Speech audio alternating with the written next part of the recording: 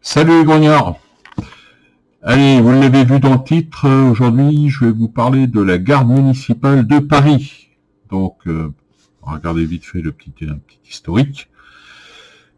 Ensuite, comment j'ai peint mes figurines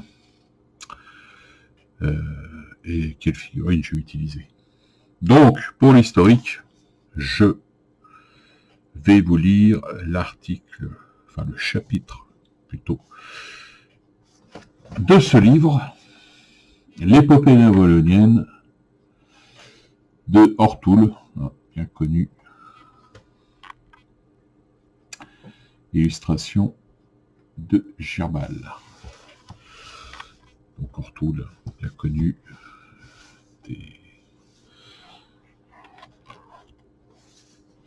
des wargamers qui s'intéressent à la période napoléonienne, avec ses livres, tous ces livres qu'il a fait, qui malheureusement ne fera plus puisqu'il n'est plus de ce monde. Alors, la garde de Paris. Le décret du 4 octobre 1802 crée la garde municipale de Paris. Ce corps d'élite destiné à assurer la sécurité de la capitale dépendait de l'armée et était assimilé à la gendarmerie.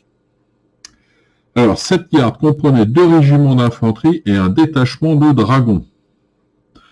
Bon, le détachement de dragons, c'est anecdotique, hein. Vous pouvez faire l'unité pour vous faire plaisir, mais ce sera vraiment une petite unité. En 1805, une partie de ce corps est dirigée sur la Hollande, mais il n'aura pas à combattre. Le 16 mai 1806, les régiments d'infanterie sont organisés sur le modèle de la ligne.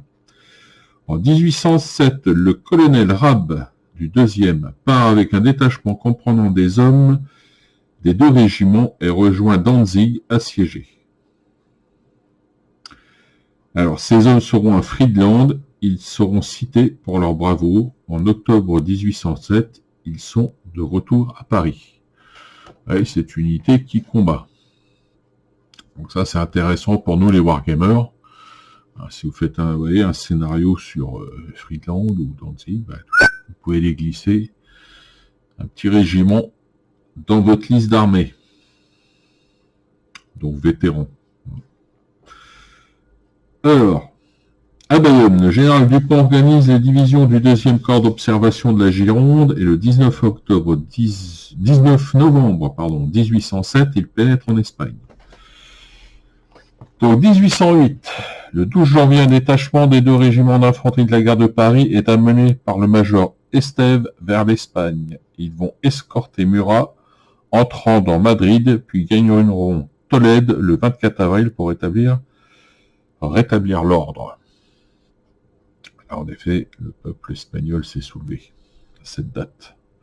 Alors, le général Dupont reçoit alors la mission de rejoindre Cadix, où l'escadre de l'amiral Rossilly s'est réfugiée. Alors, les dispositions prévues sont ces suivantes. Donc, on va vous donner l'armée du général Dupont de l'Étang. Donc, on a la division Bardou, brigade Panetier, garde de Paris, 1162 hommes, commandé par le major Estève. Je vais passer rapidement. 3e Légion, brigade Chabert, 4e Légion, 4e Suisse, 666 hommes du bataillon de Frelay. La division Frésia, brigade privée, 1er provisoire de Dragon, 2e provisoire de Dragon. Seulement en fait 828 cavaliers. Brigade Dupré, 1er provisoire de chasseurs, 2e provisoire de chasseurs, en fait seulement 541 cavaliers. Alors les marins de la garde, comme je vous ai parlé dans une vidéo précédente, 444 hommes, sous les ordres du capitaine de vaisseau d'Augier, et l'artillerie 400 hommes, soit au total cette armée de Dupont de l'Étang, 8800 hommes. Donc, comprenons la garde de Paris. Alors, une brigade de l'armée du Portugal commandée par le général Avril devait retrouver le général Dupont sur le de Cadix, mais elle ne pourra pas l'atteindre. Bien malheureusement.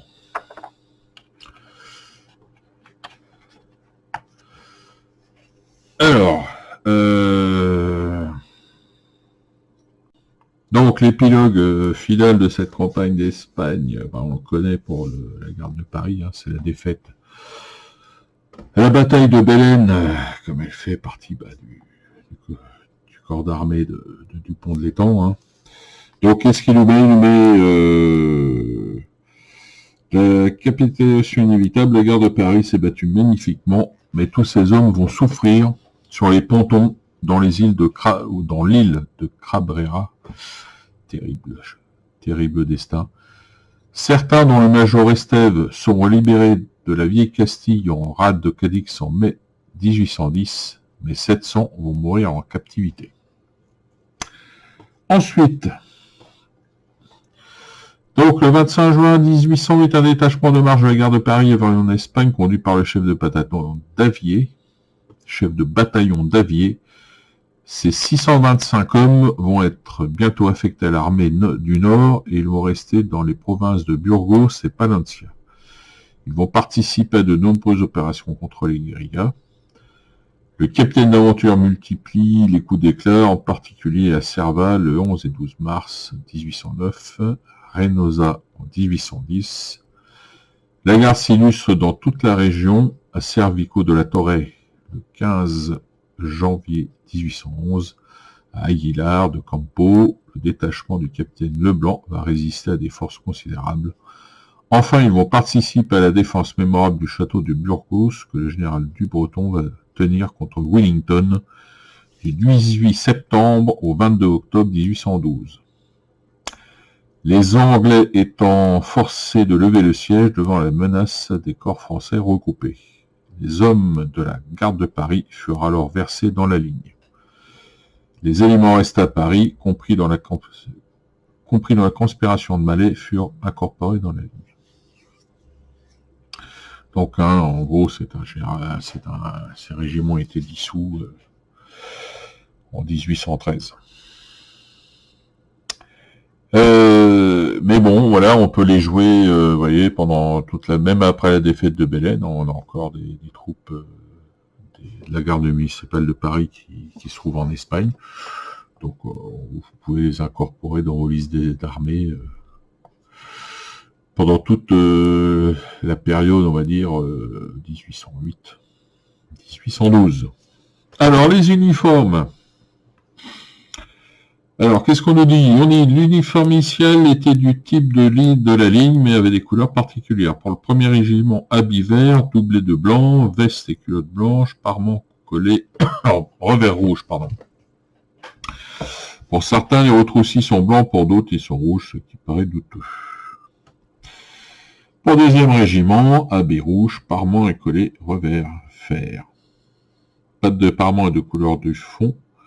Alors, les pattes de parement et de la couleur du fond, ou à distinctif suivant certains documents discordants d'époque, les boutons sont en cuivre, et ces mots « garde soldée de Paris » inscrits sur les boutons. En 1806, les boutons portent les numéros du régiment.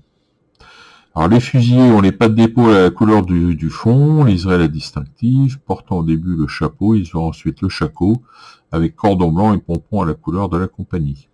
Les grenadiers ont le bonnet à poil, avec plaque de cuivre à la grenade et ornements rouges, les épaulettes rouges, grenade rouge sur les retroussis. En campagne, ils portaient le shako à ornements rouges. Les voltigeurs, ils ont les ornements or, plumés blancs à base rouge. Les tambours, ils avaient l'habit de la troupe avec une bordure en galon, or au collet, au revers, au parement. Peut-être avaient-ils les couleurs inversées. En 1808, les régiments prennent l'uniforme blanc. Le premier régiment a un habit blanc avec collet, revers, parement et retroussis verts. Les pattes de parement sont blanches. Le revers des parements sont liserés de blanc. Pour le deuxième régiment, l'habit blanc est avec distinctif rouge, réparti de la même façon que pour les premiers. Bon, de toute façon, je vous mets des photos en même temps en incrustation pour que vous voyez ce que ça donne. Alors, pour les deux régiments, les boutons sont en cuivre avec le numéro du régiment. Les fusiliers, les pattes d'épaule et bordés d'un passepoil à la couleur distinctive sur les retroussis sont fixés des bateaux découpés en blanc.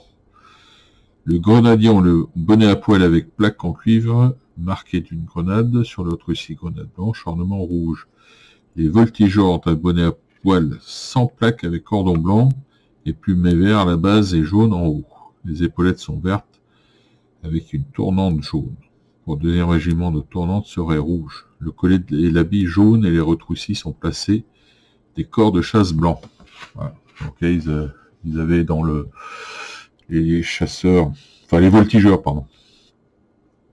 Dans le premier uniforme, il y avait un shako. Là, dans le deuxième uniforme, vous avez un bonnet à poil sans plaque, hein, comme les carabiniers de l'infanterie légère.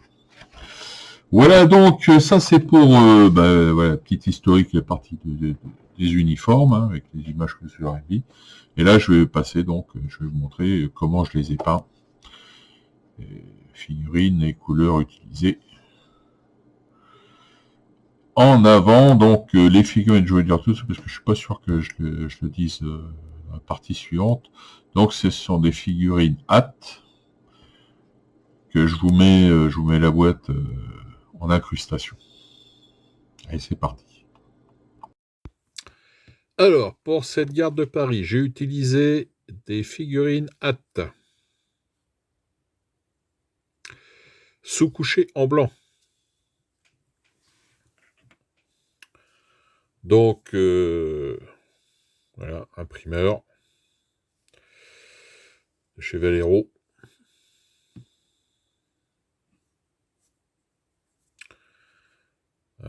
Acrylique polyuréthane. Sinon, tout autre blanc fera l'affaire. Ensuite, alors, j'ai commencé par la partie verte.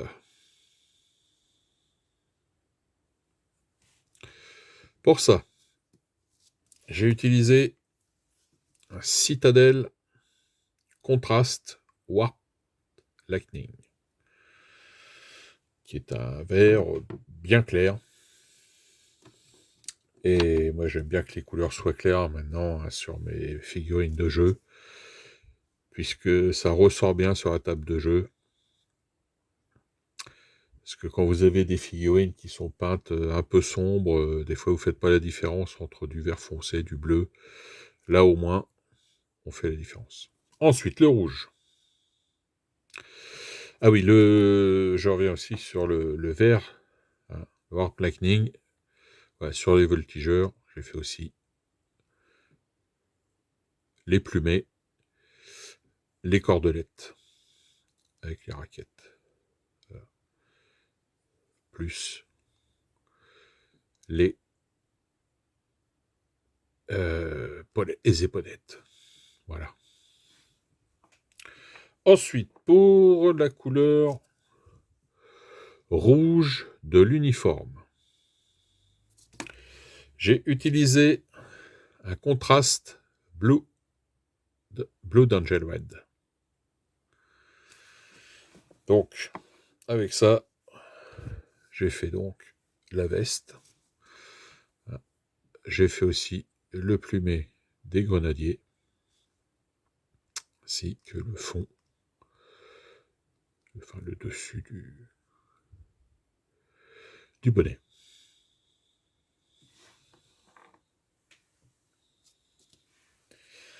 Ensuite, tout ça passé, le fusil, enfin le noir, je vais passer au noir. Hein. Donc le noir, toutes les parties noires, hein, donc principalement le shako et la giberne, ainsi que, pour ceux qui les ont, fourreaux de baïonnettes, de sabre,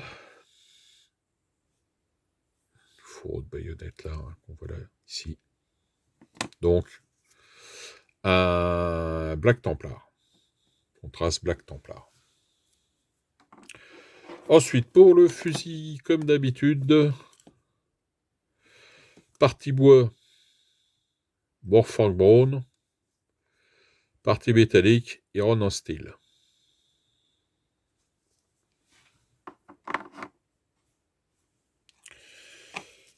Pour le havre-sac.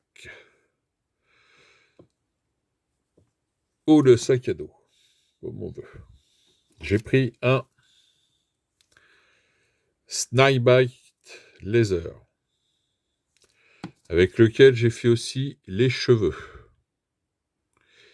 et les gourdes. Donc gourdes, cheveux, havre-sac. Les parties métalliques aussi, là, ont été fait avec mon Iran en style. Voilà.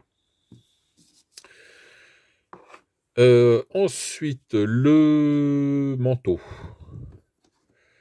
Le manteau a été fait, donc le manteau en gris là, a été fait avec un contraste Basilicanum Grey.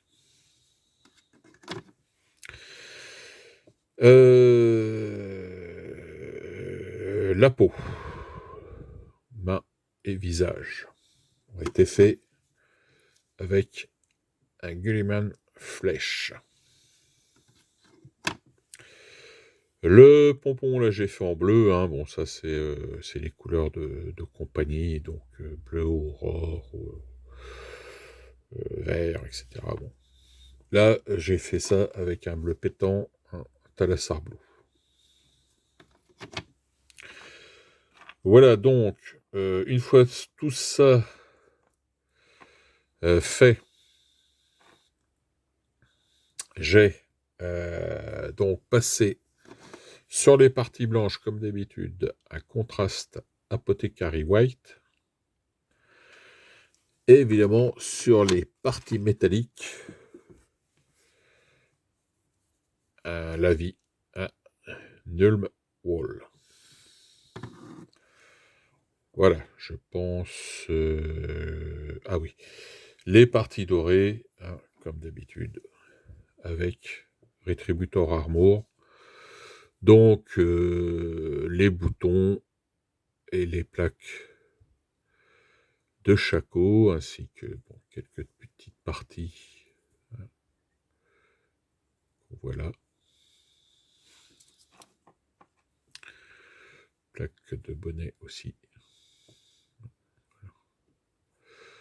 Donc après, vous mettez une petite goutte de la vie dessus, et ça ressort les gravures.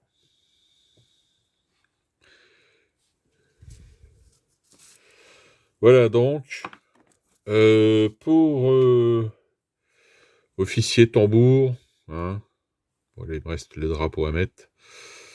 Donc là, pareil, hein, le bleu, un Talassar Blue, hein, pour la anse du drapeau. La hampe du drapeau, la hampe du drapeau. Talassar Blue, voilà, un truc pétant. Sinon, bah, le reste, hein, c'est les couleurs qu'on retrouve.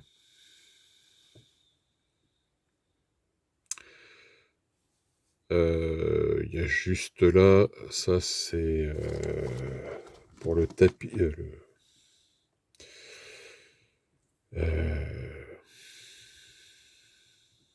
J'ai perdu le mot. Le tablier. Voilà. Tablier du tambour, là, j'ai utilisé un Skeleton Horde pour que voilà, ça fasse une petite différence. Voilà. Notez que vous voyez les galonnages, j'ai mis un peu de doré, hein, sur le bord pour le tambour. C'était galonné de doré. Alors j'aurais pu faire couleur inversée, mais bon, je suis resté tradition. On ne sait pas trop si c'était couleur inversée ou pas.